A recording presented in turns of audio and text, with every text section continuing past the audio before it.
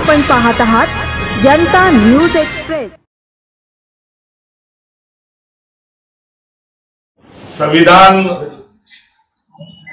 ही भारताची प्रेरणा आहे आणि सर्वांनी सोबत येऊन काम करणं, सर्व समावेशक अशा स्वरूपाचं वर्तन हे आश्वस्त करणारा, समता, बंधुता, सामाजिक न्याय, प्रत्येक व्यक्तीचा सन्मान हे आश्वासित करणारा अत्यंत पवित्र ग्रंथ नव्हे तर जगण्या वागण्याची संहिता कायदेशीर दृष्टिकोनातूनही असं भारताचं संविधान आपण सारे लोक बघतो।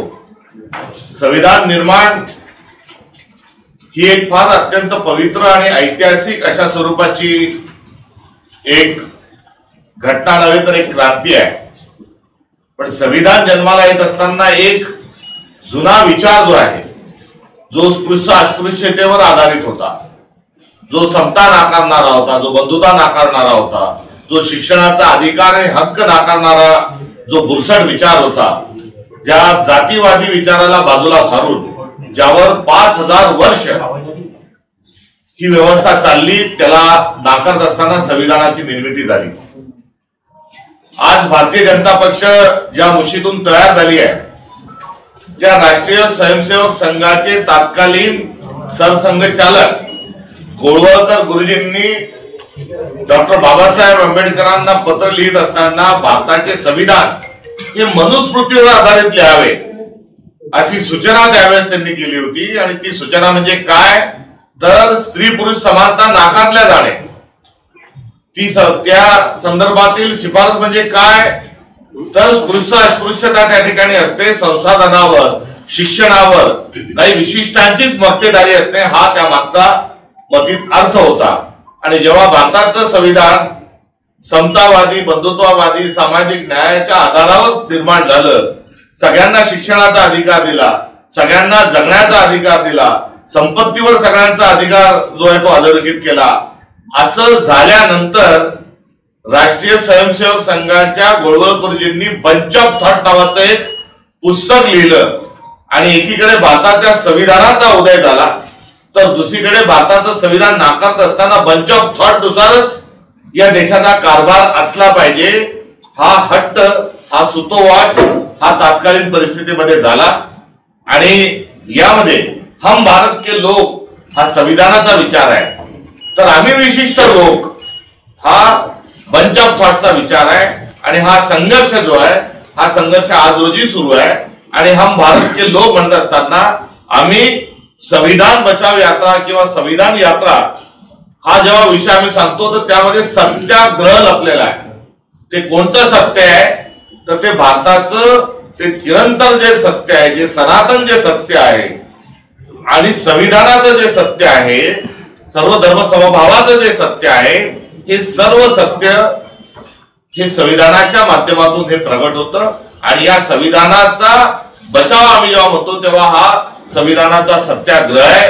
आणि त्या सत्याग्रहाच्या अनुषंगानं काँग्रेस सातत्याने वेगवेगळ्या भूमिका आणि वेगवेगळे कार्यक्रम ही घेत आलेले आहेत। आणि संविधान नाकारणारा आणि मुठभरांची मक्तेदारी मान्य करणारा जो विचार आहे, तो विचार भारतीय जनता पक्षाचा विचार आहे। आणि भारतीय जनता पक्षाचं जे बायबल आहे, भारतीय जनता पक्षाचं जे संविधान आहे, ते संविधान हे बंच ऑफ थॉट आणि या मनुस्मृतीच्या माध्यमातून हे असल्याचं एक वस्तुस्थिती आणि एक सत्य आहे। आणि त्या सत्याला आम्ही विकृती स्वरूपामध्ये या भाजपच्या सत्याला आम्ही नाकारत आहोत, लोकांपुढेही तो विचार आम्ही घेऊन जात आहोत। आणि हा विषारी विचार जो निर्माण झाला, तो विषारी विचार निर्माण हा राष्ट्रीय स्वयंसेवक संघाच्या माध्यमातून झाला। राष्ट्रीय स्वयंसेवक संघाला आगामी दसऱ्याला 100 वर्ष पूर्ण होत आहेत। आणि या 100 वर्ष पूर्ण होत असताना त्यांचा जो विषारी विचार आहे, विखारी जो प्रचार आहे, या प्रचारापासून आपल्या देशाला वाचवण्याचं, संविधानाला वाचवण्याचं काम हे केलं पाहिजे। ही भूमिका काँग्रेस पक्षाची देखील आहे। आणि ती भूमिका ही पुढे घेऊन जात असताना येणाऱ्या 28 तारखेपासून तर 2 ऑक्टोबर पर्यंत महाराष्ट्रामध्ये एक आंतरराष्ट्रीय स्तरावरची, भारत स्तरावरची एक पदयात्रा त्या ठिकाणी आयोजित होत आहे आणि या पदयात्रेचं नाव जे आहे हे संविधान सत्याग्रह यात्रा. ही संविधान सत्याग्रह यात्रा जी आहे ही नागपूर पासून दीक्षाभूमी नागपूर या ठिकाणून तर महात्मा गांधींच्या सेवाग्राम आश्रमापर्यंत ही यात्रा ही संपन्न होणार आहे. 28 तारखेला शहीद भगतसिंग यांच्या स्मृतीला अभिवादन करत असताना मशाल मोर्चा हा काढण्यात येणार आहे आणि शहीद भगतसिंगांचा जो विचार होता हा विचार कुठे डाव्या विचारसरणीच्या अनुषंगाने तो असू शकेल, मात्र भगतसिंगांचा जो विचार आहे हा विचार संपूर्णतः भाजपच्या आणि राष्ट्रीय स्वयंसेवक संघाच्या विरोधातील भगतसिंगांचा विचार होता. म्हणून पुन्हा पुषक काल होता होता काळ रात्र झाली, अरे पुन्हा आयुष्याच्या पेटवा मशाली, ही भगतसिंगांच्या बलिदानाची प्रेरणा घेत असताना 28 तारखेला मशाल यात्रा त्या ठिकाणी नागपूर या ठिकाणी होणार आहे आणि त्यासोबत संविधान चौक जो आहे त्या संविधान चौक या ठिकाणी देखील एक सभा संविधान यात्रेच्या अनुषंगाने सत्याग्रह यात्रेच्या अनुषंगाने एक सभा देखील त्या ठिकाणी संपन्न होणार आहे.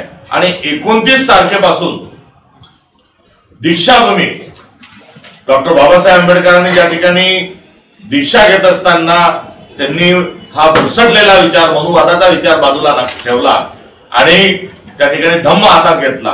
वास्तविक पाहता या मनुवादी सर्व विचारांच्या सोबत सर्वात पहिली क्रांती कोणी केली होती तर गौतम बुद्धांनी, तथागत गौतम बुद्धांनी हा बुद्ध धर्म स्थापन करत असताना ही क्रांती केली होती. त्यानंतर महावीरांनी देखील मनुवाद्यांना कंटाळून आणि मनुवादाच्या विरोधाची चूल त्या ठिकाणी जी मांडली होती तो जैन धर्म होता. पुढे यातून अनेक संघर्ष निर्माण झाले, मात्र त्यावेळेस ना ख्रिश्चनिटी होती ना इस्लाम होता.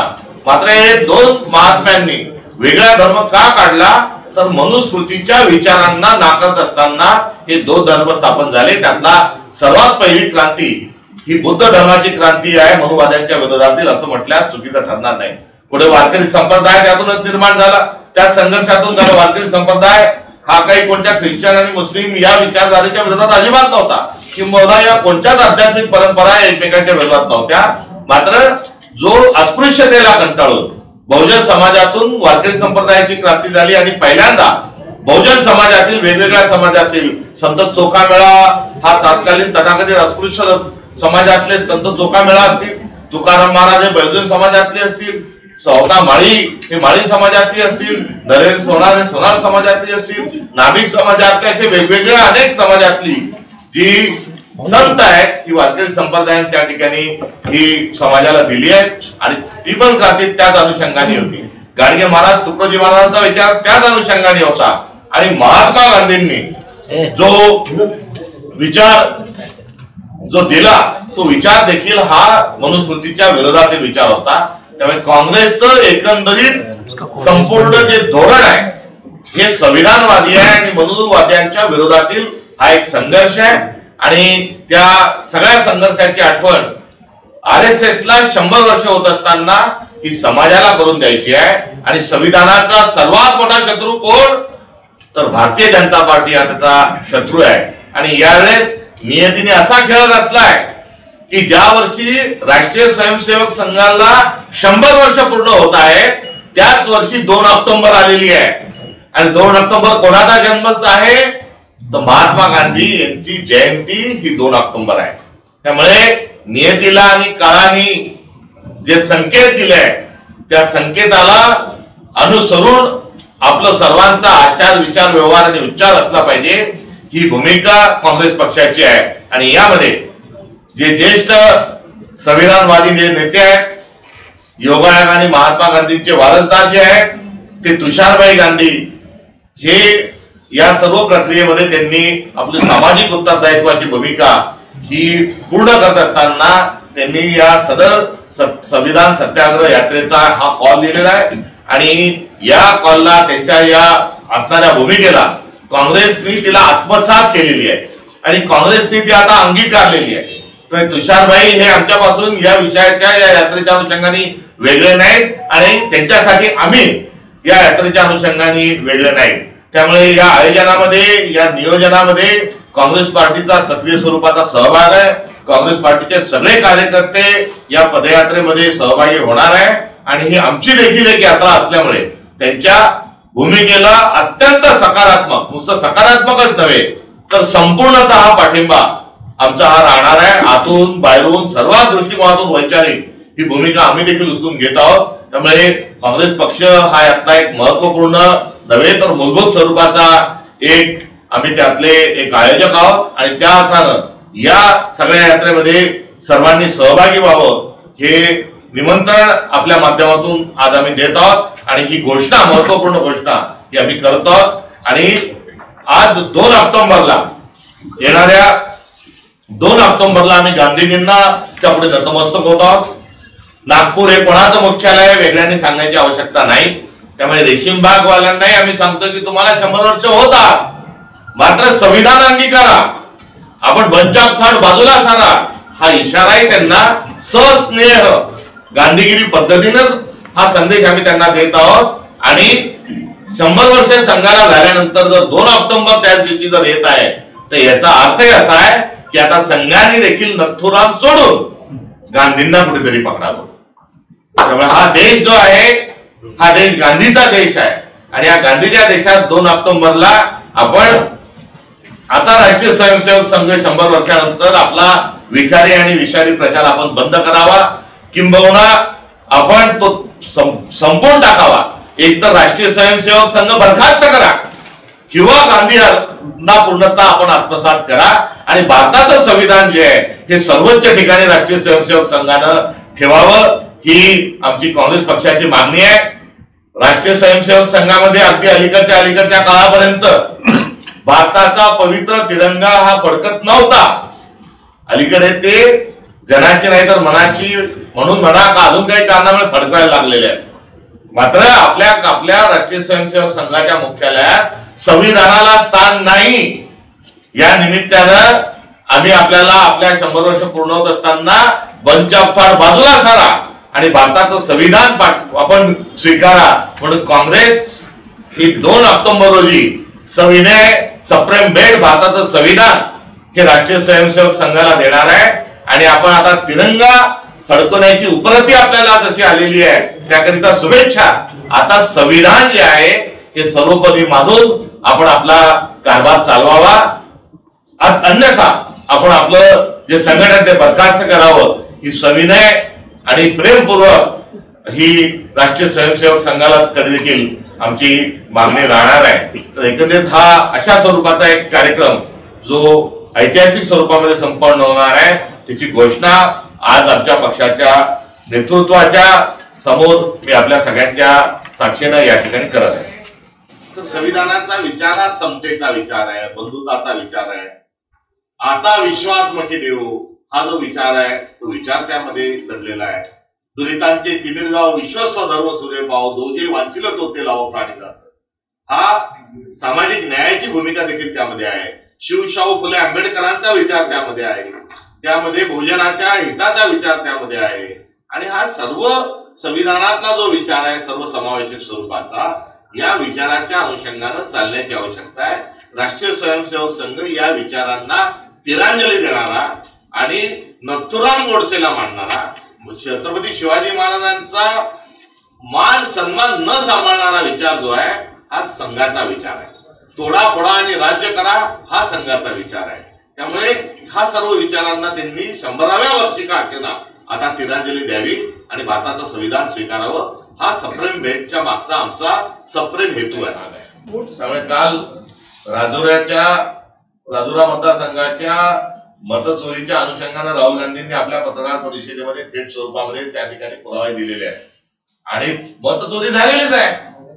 हे जे चमू जे आहेत, चमू देवेंद्र फडणवीस म्हणजे मतचोरी करून मुख्यमंत्री झालेले चमू देवेंद्र फडणवीस जी आहेत, हे आता काल राहुल गांधी बोलल्यानंतर पुन्हा त्यांनी इलेक्शन कमिशनची दलाली सुरू केलेली आहे. आणि तुम्ही वकील नेमलेले का इलेक्शन कमिशन तुम्हाला की राहुल गांधीचा काय नाही? अहो पुरावे दिले ना, तुम्हीच गृहमंत्री असताना जे प्रशासनाने गुन्हे दाखल केले, हे गुन्हे दाखल केले म्हणजे चोरी झाली हे गृहमंत्री तुम्हालाही मान्य आहे. राजीनामा द्या ना तुमच्या हिंमत असेल तर. उठसूट राहुल गांधीच्या संदर्भात चुकीच्या पद्धतीनं जर तुम्ही चमो म्हणजे चोरी करून मुख्यमंत्री झालेलं तुम्हाला जर बोलता असेल तर आमच्याजवळ शब्द संग्रह आहे, आमच्याजवळ शब्द साठा आहे. नैतिक जबाबदारी ठेवा, स्वीकारा आणि राजीनामा द्या. त्यामुळे मतचोरी झालेली आहे हे गृह विभागाने सिद्ध केलेलं आहे आणि गृहमंत्री मुख्यमंत्रीच आहे. राजुऱ्यामध्ये गुन्हे दाखल झालेले आहेत. त्यामुळे आता हाताच्या कंगनाला आरसा कशाला. त्यामुळे देवेंद्र फडणवीस यांनी उत्सुक इलेक्शन कमिशनची जी दलाली आहे ती बंद करावी. तोडा फोडा आणि राज्य करा ही इंग्रजांची नीती भारतीय जनता पक्षाने स्वीकारलेली आहे. जाती जातीत भांडणं लावणे, धर्माधर्मात भांडणं लावणे, बुद्धिभेद करणे हा त्यांच्या मागचा खेळ आहे. आणि यांनी हे म्हणाले त्यांनी ते म्हणाले हा जो खेळ सुरू झालेला आहे शिरसावचा हा बंद करूया आपण. आणि नैतिक जबाबदारी संपूर्ण राज्य सरकारची आहे. जाती जातींना धर्माधर्माला लढवण्याची मतचोरी पण त्यांनी जी केलेली आहे सिद्ध झालेलं आहे. आता शेतकरी संकटात आहे, पाऊस पडतोय, शेतकऱ्यांना वटाणाच्या अक्षता लावायला यांना फुरसत नाहीये. कर्जमाफी ताबडतोब केली पाहिजे, शेतकऱ्यांना मदतीचं पॅकेज दिलं पाहिजे. रब्बी हंगामाकरता बी बियाणं पीक खत जे आहे कीटकनाशक हे त्यांना मोफत पुरवले पाहिजे. तेही ते करायला तयार नाही. आणि असं सर्व असताना राज्य सरकारच्या विरोधात सर्वांनी मिळून आज टीकेतच नव्हे तर त्यांना या सर्व गोष्टी करण्याकरता भाग पाडलं पाहिजे. देवेंद्र फडणवीसांनी आपल्या पदरी काही नालायक लोक ठेवलेले आहेत जे सामाजिक तेढ निर्माण करतात, जे अत्यंत गलिच्छ विचित्र विकृत अशा स्वरूपाची वक्तव्य करतात, अशी लोक पदरी ठेवलेली आहेत. पहिलेच्या काळामध्ये जे मुख्यमंत्री किंवा आपले जुने जे काही पदाधिकारी सत्तेवर असणारे लोक होते ते आपल्या पदरी साहित्यिकांना, कवींना, सुसंस्कृत लोकांना अशा लोकांना सोबत ठेवायचे, प्रसंगी त्यांचा सल्ला घ्यायचे आणि त्यांच्याकडून मार्गदर्शन घेऊन ते पुढे जायचे. मात्र देवेंद्र फडणवीसांनी आज अशी एक पिल्लावळ स्वतःच्या पदरी बाळगलेली आहे की ते बेछूटपणे विरोधकांवर ते सोडतात आहे. देवेंद्र फडणवीस महाराष्ट्रातला अत्यंत असंस्कृत असभ्य अशा स्वरूपाचे ते मुख्यमंत्री आहेत.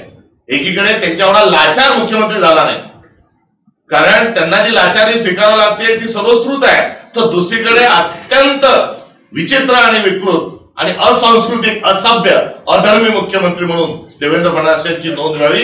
कारण त्यांच्या पदाचे, त्यांच्या पक्षाचे, त्यांचे लाडके आमदार, त्यांचे लाडके मंत्री हे सातत्याने अत्यंत किळसवारं बोलत आहे.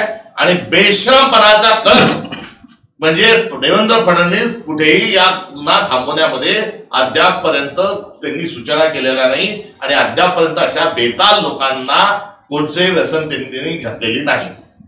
हे स्पष्ट झालेलं आहे. आणि देवेंद्र फडणवीस असतील आणि पूर्ण भाजप असेल आणि त्यांचे दोन उपमुख्यमंत्री असतील हे गँग ऑफ ट्रिपल इंजिन सरकारच्या टोळी युद्धामध्येच कुठेतरी मशगूल आहे. आपण सांगता ते अगदी खरं आहे. लोकसभा आणि विधानसभा या दोन निवडणुकीच्या दरम्यान मतं कमी करणे आणि मतं वाढवणे याचा जर आपण गोळाबेरीज केली तर त्या ठिकाणी जवळपास 1 कोटी मतदान हे वाढलेलं आहे. कोणत्या काळात? लोकसभा आणि विधानसभा निवडणुकीच्या दरम्यान त्यांनी 1 कोटी मतदान हे वाढवलेलं आहे. तर विधानसभेच्या निवडणुकीनंतर 14,71,000 एवढं मतदान वाढवलेलं आहे. आणि ही तारीख जी आहे इलेक्शन कमिशननी महाराष्ट्राच्या निवडणूक आयोगाने ही 1 तारीख जी आहे 1 जुलैची तारीख ही कुठून आणली? तर देवेंद्र फडणवीसांनी पंचांग जे उघडलं त्या पंचांगातली जी तारीख होती ती 1 जुलै आहे. आणि त्या 1 जुलैपर्यंत यांनी पुन्हा 15 लाख मतदार हे वाढवलेलं आहे. एवढे जन्म झाले का महाराष्ट्रात? एवढे जन्म झाले का? आणि की एवढे जन्म 18 वर्षापूर्वी झाले होते का? एवढे लोक कुठून आणले यांनी? जसे आपले पंतप्रधान नॉन बायोलॉजिकल आहेत तसे काही नॉन बायोलॉजिकल यांनी काही मतदार महाराष्ट्रात त्यांनी उतरवले का याचा खुलासा देवेंद्र फडणवीस यांनी करावा. आणि आमची जी तक्रार आहे ती जुनी तर आहेच 1 कोटी बोगस मतदान वाढवण्याची, पण नव्याने देखील जी तक्रार आहे की 14,71,000 मतदान हे 1 जुलै पासून तर मागे आपण गेलो तर विधानसभेपर्यंत झालेले आहे. ही देखील एक मतांची जी चोरी आहे ही नव्यानं समोर आलेली आहे. याचाही देखील आम्ही धिक्कार करतो. आणि ह्या वोट चोरांना आता जनता हा धडा शिकवल्याशिवाय राहणार नाही हा देखील या निमित्ताने आम्ही विश्वास व्यक्त करतो. आपण बघतो या वोट चोर गद्दी चोर म्हणत असताना यांना खाली खेचण्याची आवश्यकता आहे. त्यामुळे हा प्रश्न कोणत्या एखाद्या राजकीय पक्षापुरताच मर्यादित राहिलेला नाही. भ्रष्टाचाराने चरमसीमा ही आता कुठेतरी गाठलेली आहे. पैसा फेक तमाशा देख नावाचा बेश्रम खेळ सत्ताधारी खेळत आहेत. शेतकऱ्यांपासून तर कामगारांपर्यंत महिलांपासून तर शालेय विद्यार्थ्यांपर्यंत प्रत्येक वर्ग जो आहे आज प्रत्येक वर्ग जो आहे मोठ्या समस्येमध्ये अडकलेला आहे आणि या सर्व एकंदरीत असणाऱ्या प्रश्नांना आज आपल्याला सर्वांना मिळून सामूहिक स्वरूपात सामोरं गेलं पाहिजे. मात्र वेगवेगळे जे प्रश्न पॅरलल निर्माण केले जातात यातून हे सरकार कुठेतरी पळ काढण्याकरता असे पिल्लू जे आहेत हे सोडत आहे. मात्र कळीचा मुद्दा जो आहे तो सुशासनाचं काय, प्रशासनाचं काय, मायबाप सरकार म्हटलं जातं त्याचं काय, का आपण केवळ भ्रष्टाचार करणार आहात, आपण केवळ संविधानाची पायमल्ली करणार आहात, या मूलभूत प्रश्नांच्या अनुषंगानं आपल्याला सगळ्यांना एकत्रित स्वरूपात पुढे गेलं पाहिजे. आणि हम भारत के लोग संविधान सत्याग्रह यात्रेच्या निमित्ताने या सर्व प्रश्नांना काँग्रेस पक्ष हा जनतेपर्यंत घेऊन जाणार आहे हे देखील या निमित्तानं आपल्याला